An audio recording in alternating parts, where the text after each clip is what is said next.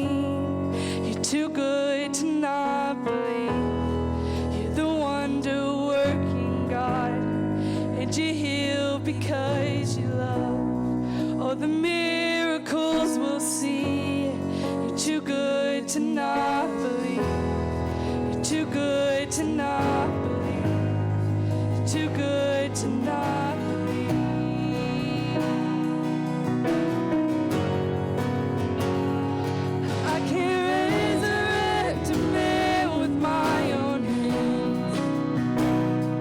Just the mention of your name can raise the dead. All the glory to the only one who can. Jesus, it's you. Jesus, it's you. And I believe the wonder-working God. You're the wonder-working God. All the I've seen. You're too good to not believe. The wonder-working God, and you heal because you love. Oh, the miracles we'll see. You're too good to not believe. Too good to not believe. Too good to not believe. After everything I've seen, you're too good to not believe. You're too good to not believe. You're too good to not believe.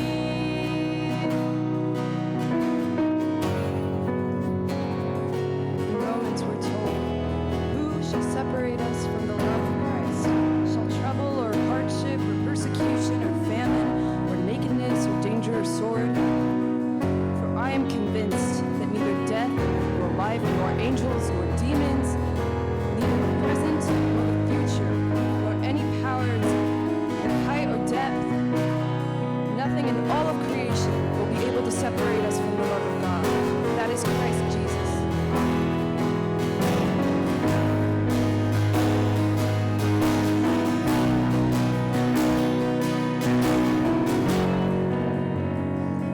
We've seen cancer disappear. We've seen broken bodies healed. Don't you tell me he can't do it.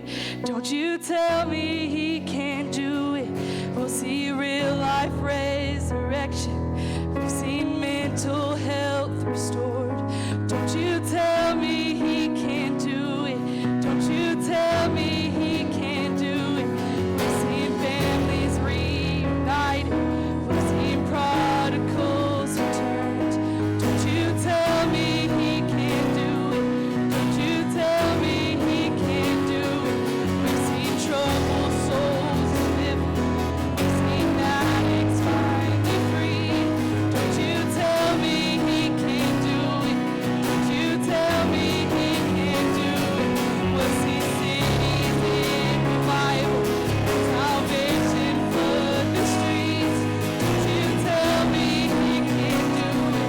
Don't you tell me he can't do it. We'll see glory fill the nations like the world has never seen. Don't you tell me he can't do it. 'Cause I know that he can. And I believe the wonder-working God. The wonder-working God. All the miracles I've seen, you're too good to not believe. The wonder-working God, and you heal because you love. All the miracles we'll see, you're too good to not believe. You're too good to not believe. You're too good to not believe.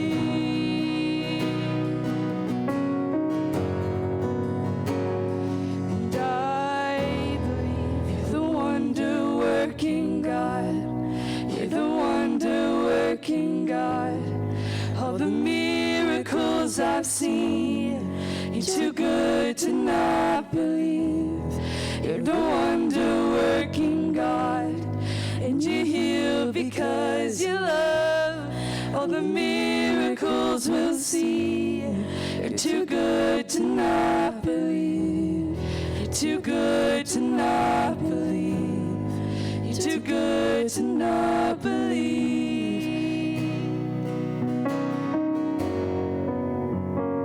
God, we come to you in this moment. God, our arms are open. Our hearts are open. We're open to you, Lord. Lord, I pray that as you get us through the rest of this week, that you prepare us to come back from fall break and to thrive just for you. God, I pray that you touch hearts of people in this room this morning and you tell them they're okay. Things will be fixed. You are the healing hand that we need in this world.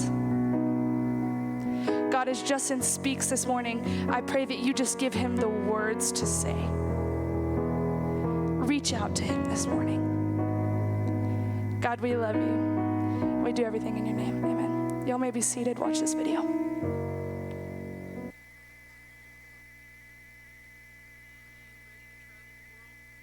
This spring, International Childcare Ministries is heading to Spain, and we want you to come along. Madrid, capital of Spain. Parks, shopping, dances, museums, Picasso, medieval cities, cathedrals, castles, Roman architecture, tapas, gazpacho, paella, Spanish fries. Don't call them French fries. They did that. Don't do that. It's you in Spain. But why? In the Kobe Bar neighborhood in the minor city of Rivas, Madrid, lower-income families and single-parent families struggle with essential opportunities for their kids. English is vital in Spain. Schools are bilingual. If you want to thrive in high school or college, you need to be fluent in English. If you want a higher education, you need to know English. It's a key to job security and financial stability. Now, it feels like there's a learning academy on every corner, but in a difficult home and without enough income, families in neighborhoods like Kobe Bar can't afford education assistance. That's where Psycho comes in. That's why we're going to Spain. Psycho is a non-profit learning center. They offer after-school education assistance in any sub.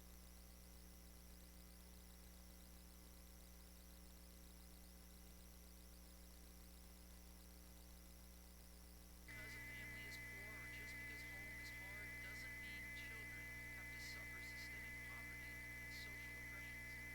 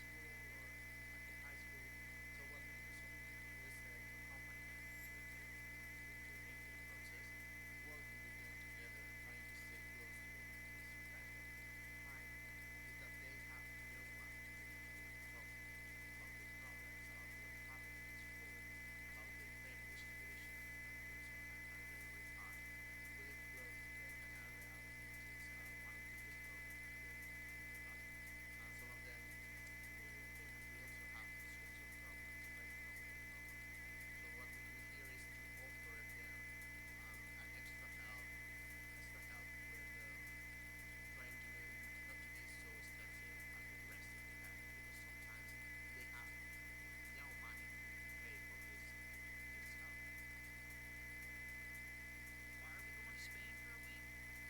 These kids want to practice engaging with English-only speakers to help them finish their school year strong. We're going to Psycho. We're going to play with kids. And when we're not working, we're going to have a lot of fun in Spain. You may not sleep much, but the Spanish coffee will help. Spain is ready for you. Ready to go? So a couple of quick announcements on the trip. You've been hearing about that. You heard about it Monday. Some of you heard about it a little bit more yesterday. We had a chance to have lunch with a few of you. A few updates for those of you who are very interested in going. I appreciate the feedback on the trip so far. Unfortunately, our first snag in the trip, we've already had to move it, and it's only been 2 days that you've known about it, so that's awesome. We're going to be going in May. Ignore the video that says March. We're not going in March. If you go to Spain in March, you're going by yourself. I'm not going. We are going in May. That will be bad news for some of you. I apologize for that. That will be really good news for a lot of you, I hope. So we're going in May. I'll get you an exact date. You'll get a campus-wide email hopefully this week on that, so pay attention if you are interested. So the other thing is, some of you have expressed some interest. You've leaned into it, but you've resisted. You've hesitated the idea because of the challenge that you're facing. Some of you, that challenge is the finances. There's no way I can get $2,000. For some of you, it's health. How could I go to Europe? My current health situation doesn't let me do that. It's schedule. It's I don't have a passport. I don't care what your challenge is. There are people who can help you address and deal with and face your challenge. So just because there's something standing in the way, don't let that be the reason you don't have a conversation with me. My card is out in the lobby. It's going to be on the screen a little bit later. My information, your professors, your teachers would be happy to connect you and help you and come beside you. If this is something you want to lean into and you want to be a part of, we'll find a way to address that with you and make it happen. So we only got 5 spots, and they are filling up, so do not wait. Let me transition and talk about something else for a little bit. My family owned a grocery store. It was a Ross IGA. I don't know if wherever you're from, if you ever had IGAs growing up, but we had a family grocery store, and it didn't pay Dad very much money. But what Dad lacked in money, he could bring home from the store. Anything that was like expired or overstock inventory. We ate steak. It feels like every single weekend, which I didn't know until I was like an adult that steak is expensive. But we ate it every weekend because Dad could just bring home the stuff that he wasn't going to sell anymore. Apparently it was going bad. So it wasn't great steak, but it was free steak, so we ate it all the time, right? And one of the coolest things about having your family name on the sign out front is that you walked around the place with a sense of authority and a sense of power, a sense of confidence. Like I could have, as a 7-year-old kid, I could walk a grocery store and I felt like I could have anything I ever wanted. So like imagine yourself as a 7-year-old walking through a market and just pulling anything off the shelf. Like, oh, donut, right, mine. Hot Pockets, mine. Cheese sticks, mine. Bag of potato chips, mine. I go to my grandma in the bakery and say, cookies, mine, right? Childhood obesity, mine. I was a chunky kid, y'all. But I grew up in a grocery store and my name was out front. So I ate whatever I wanted. It was pretty awesome. One of the coolest things I got to do was go to the cereal aisle. My dad would say, hey, go pick out a box of cereal. We're going to take it home and we're going to have it for the week. And I would pick out the one with the toy, the cool toy inside, or maybe there was a game on the back. Sometimes I just wanted the box of cereal that had the most memorable commercial from Saturday morning cartoons. Now, I know some of you are too young to know this or remember this, but maybe some of you know what I'm talking about. There was a time in the world where kids like me would wake up early on purpose on a Saturday morning to watch cartoons with commercials. And it was like the highlight of the week, waking up early to watch stuff with and here's the thing, I realize I might date myself here, but come on, we all know like Teenage Mutant Ninja Turtles, right? Everyone knows the Turtles, right? Okay, we got some Pinky and the Brain. Help me out. We got Pinky and the Brain. Yes, we got a little bit of that. Some Dexter's Laboratory. We know some cartoons, right? We're on the same page.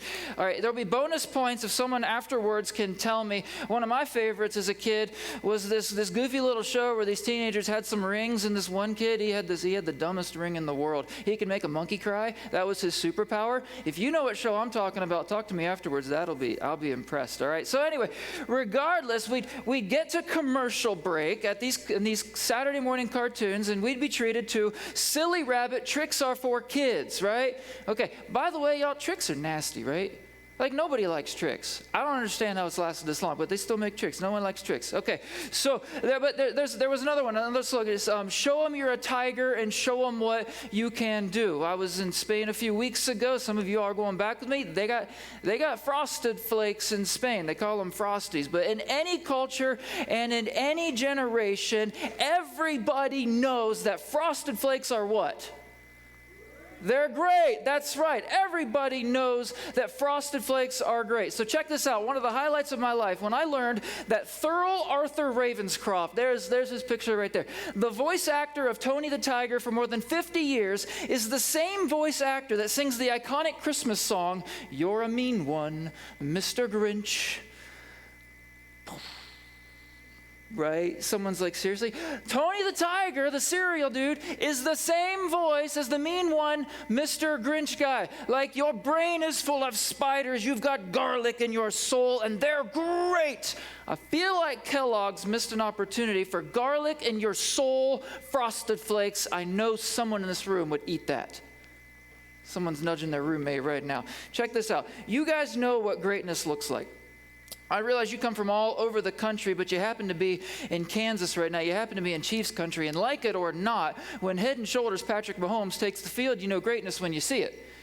I told you on Monday that I'm a Browns fan. Trust me, when I see any other quarterback other than mine take the field, I know greatness when I see it, because that's just the kind of the way it works, okay? Listen, I went to a big city. I grew up in a small town. A lot of you came from small towns. The first time you go to a big city, you know greatness when you see it, because it's big, it's shiny, it's expensive, it's great. I took my kids to Disney World in November, and you walk away from an experience like that, especially with children, and you're just like, man, there's hardly words for it. It was just great. We associate, a lot of us, we associate greatness with wealth and status and title and privilege. You know, that person over there, they make a lot of money. That person's head of an organization. That person, they travel a lot. Therefore, they must be great. And, you know, we look at greatness a lot of times like it's on the other side of the fence. You know, you've heard the phrase, the grass is always greener on the other side. And we look across the fence and we imagine, boy, I wish I had that kind of success. I wonder what that kind of greatness feels like. Even though we know it's probably not true and it's not all it's cracked up to be, we still want it. We still want to know what it's like to be over there. But on the other hand, some of you, you've had some of that success. You've had that success in your academics. You've had that in your sports. You've had that in your job. Other people have told you that you're pretty great at something, and you've been on the other side of the fence, and you already know that sometimes it's just not all that special. I mean, sure, it's green, but it's like fake and sticky and just weird, complicated grass, and sometimes it just feels like responsibility. I'll give you an example of how it doesn't always work out the way we hoped it would. Greatness. I'm talking with this very successful, very wealthy man. He was head of a major insurance company, and I was serving as a chaplain at a hospital in Indianapolis. And by the world standards, this was a great dude. He had tons of power and authority in his life, and he was dying. He wasn't going to be leaving the hospital. And in his last days, he's reflecting with me on the impact that his father had on his life, and he's imagining and wondering what the kind of impact he has had and his wealth and his power has had on his kids' lives. I don't know if you knew this. I wrote this down for you. One of the greatest fears of people of wealth is the negative impact their success and their money has on their family. It's a big reason why people who have a lot of money want to give a bunch of it away. It's not just a tax break, it is, but it's an imperative in their own life in order to convince themselves and show their family what actually matters in the world. Here's the deal. I know you know what greatness looks like. I know you know what it feels like. I know you know what it smells like. Culture has defined it and shaped it, and we just know it. The people of the first century, especially the earliest followers of Jesus, they understood that too. They were no different. They knew greatness when they saw it. When they saw Jesus, they saw somebody who was great. In many ways, as a people, they were primed for someone like Jesus. They had been waiting from the days of their ancestors, like Abraham, and through the writings of their prophets had been telling them that there was coming a day, that there was coming a great person. They would call the person the Messiah, that there was coming a person who was going to usher in their restoration and their redemption as a people, and they hung on to the hope of that for hundreds of years. They had been a conquered people. They'd been conquered by Babylon. They'd been conquered by Egypt. They'd been conquered by Syria. They'd been conquered by the Macedonians and Alexander the Great. They'd been conquered now by Rome and their great emperor. But some of the Jews of Jesus' time, they still held on to the hundreds of years old stories that someday a great one, a Messiah, was going to come along and make us a respected, rejuvenated, revitalized, redeemed people in the world. Again, they were waiting for it. And when they saw Jesus, they saw something great, and they believed in him because they saw something great. The earliest disciples, check this out, maybe you didn't know this. The earliest disciples didn't blindly follow Jesus because of who he said he was or what other people had said about him. They followed him because they saw him. They saw him give sight to the blind. They saw him turn water into wine. They saw him cast demons out. They saw him call and to tell a dead, embalmed man to come out of a tomb alive again. They saw him. They believed in him because they saw him, and seeing is believing. And I promise, if you were there and saw what they saw, you'd have believed too. How could you not have? Blind faith. Maybe you didn't know this. I don't know. Blind faith has never been the ask of Christianity. It never has. Maybe that's the reason you checked out. Maybe that's the reason you never cared. Maybe that's the reason you just never gave the whole Jesus thing even a chance, because you couldn't leave your logic at the door. You couldn't leave your science at the door. You couldn't leave what you know to be rational and normal and right. You couldn't just ignore that and blindly follow the legend of some Jewish rabbi. But I got to tell you, folks, maybe you didn't know this, but that's never been the ask of Christianity. The stories of Jesus, like the things we read about Jesus, the witness, sometimes we use the word witness, the witness of Jesus is just that.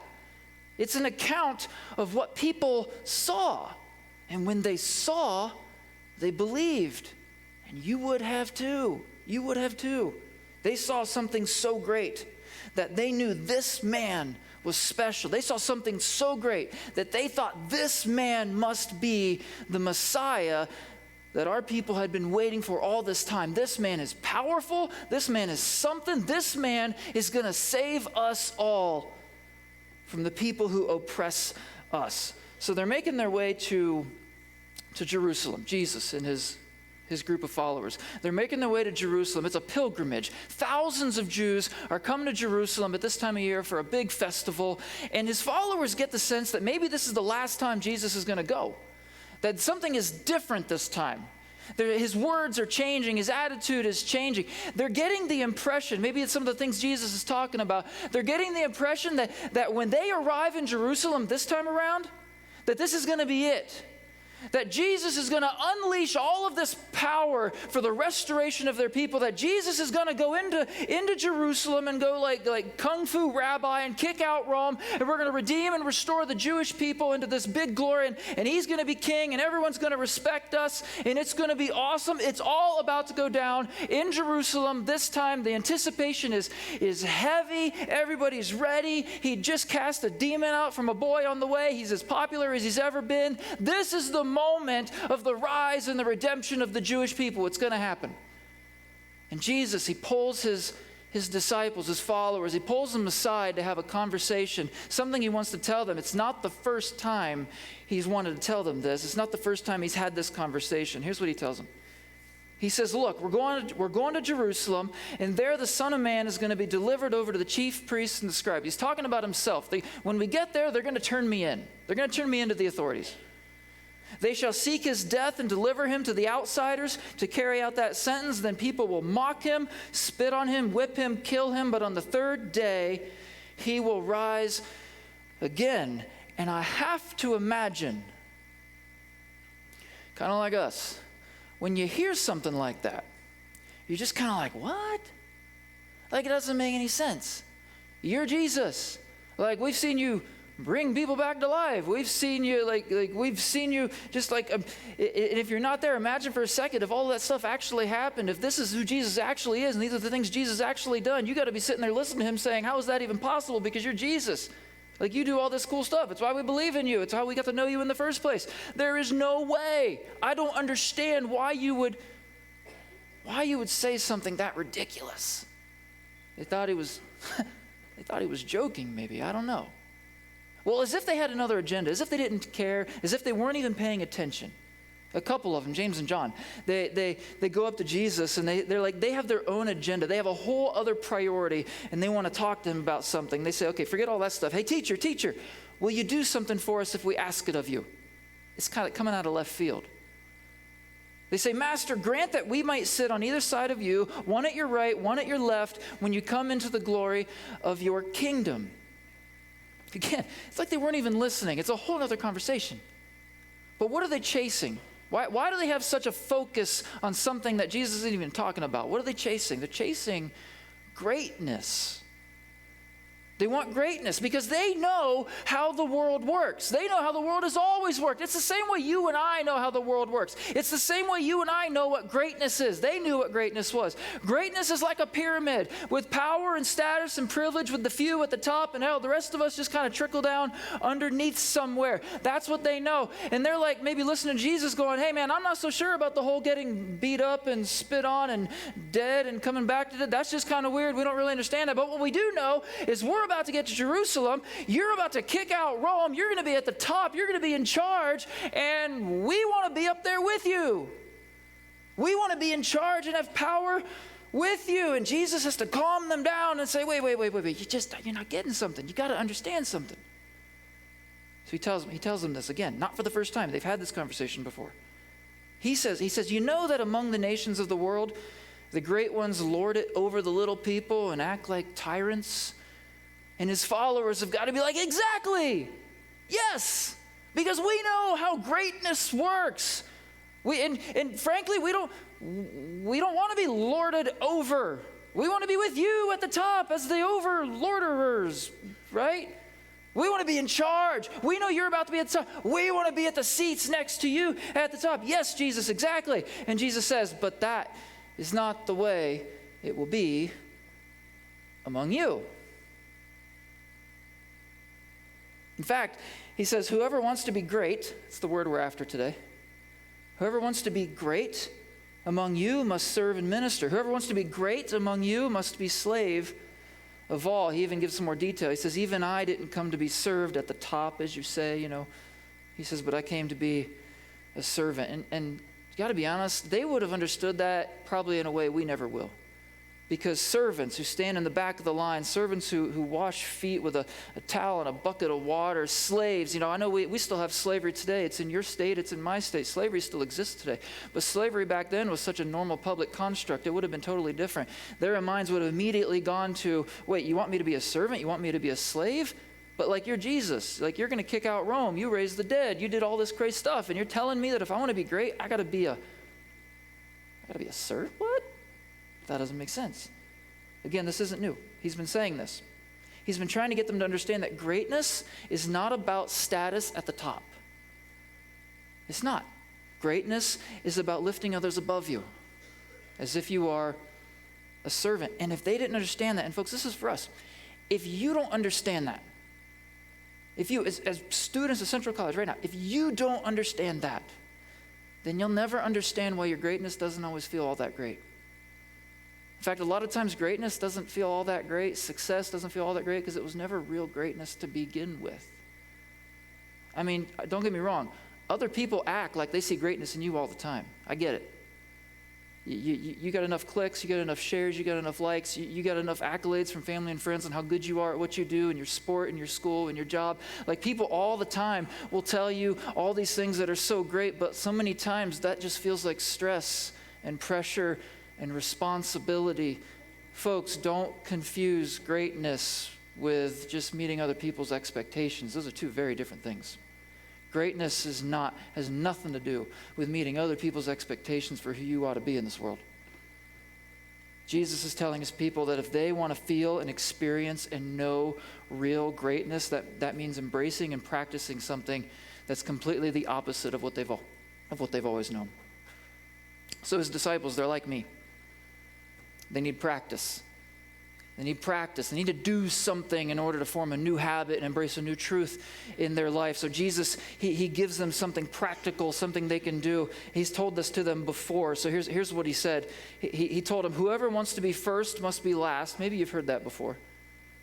Whoever wants to be greatest must be servant of all. So here's the practical part. He calls the child forward, sets the child in the middle of them, puts his arms around them, and he gives them this thing that they can do.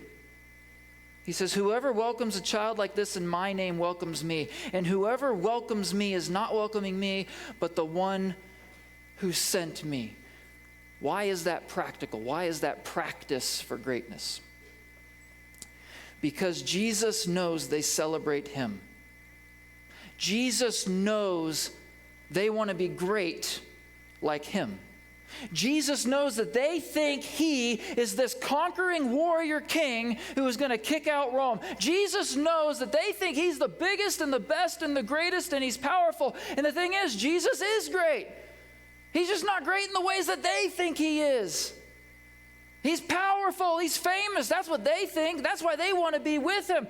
Jesus knows that he's the kind of guy people like stop their conversations, interrupt their conversations. Here, hold my drink. Jesus walked into the room. I got to go talk to that guy. Jesus knows that that's what they think of him.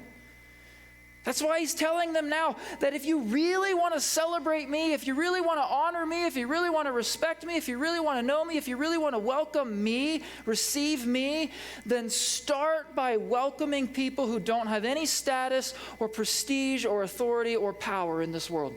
Start by serving and loving those who are not great by your standards. And a child represents one without power, without greatness. Welcome them. It's like Jesus saying, welcome them. And then you will know what it's like to actually be first. Because maybe you've never felt it before. Maybe you've never felt what that actually feels like. Welcome someone like a child, and you'll know what it feels like to be first. Welcome them, and then you will understand what greatness actually feels like. I'm going to invite the team to come back up. We'll start to wrap this up and give you something practical you can do. So on Monday, and some of you yesterday, we got to talk a little bit more. I gave you some practical ideas, some practical things that you can do to take a step in a direction of justice-minded change in the world. In fact, I even give you one idea about 1%. I got stickers out there to help you remember this idea of 1%. 1% of your time, 1% of your money, learning and paying attention to the changes you want to see in the world and putting yourself out there to impact the changes you want to see in the world and being those kinds of people. Doing stuff like that 1%, That's the kind of idea that gives you like one step, 1% of your life towards understanding what greatness actually feels like. Why would I ask you to do that? I'm a guest here on behalf of ICCM, International Child Care Ministries. I get the honor of being next to a whole lot of people like you who want to practice greatness, okay? We're a Jesus-following organization. We come beside kids in these desperate and difficult situations all over the world. And it's like we don't stand over kids who are poor as if they need fixed. We stand over kids. We know their name. We stand with kids. We know their names. They share their story with us. They invite us into their story. And I get the privilege of coming beside a whole bunch of people like you who want to do that, who want to come beside children and speak justice into the world and speak that real change into the world. That's what I get to do. It's an honor. It's a privilege. That's why I tell people to be a part of these kinds of stories, because it's what greatness actually feels like. That partnership that we have with kids, it looks different all over the world. You can check us out on childcareministries.org. You can look us up, ICCM, on YouTube. You can see some of the stuff we're doing. But for some, it's like money and support that we get from people like you helps a child in Haiti go to school because we can pay their teachers. Sometimes it feeds a child, and so in Haiti or anywhere else in the world. Sometimes it's providing solar lights so a kid can do homework after dark where they don't have reliable electricity. We come beside women and girls in Kenya who are resisting period poverty. We help kids resist human trafficking all over the world. PTSD, kids coming out of the war in Ukraine. I'm telling you, there are ample opportunities for you to be involved, just 1% of your time, learning about some of these kinds of things and finding ways that you will invest 1% of your life stepping into what greatness actually looks like and actually feels like. Before I leave you, I just want you to know it's not a gimmick. I didn't stand up here so that you would spend $38 a month sponsoring a kid. That's what I do. My family spends $38 a month coming beside a young girl in Kenya so she can go to school. I came up here to invite you to pay attention.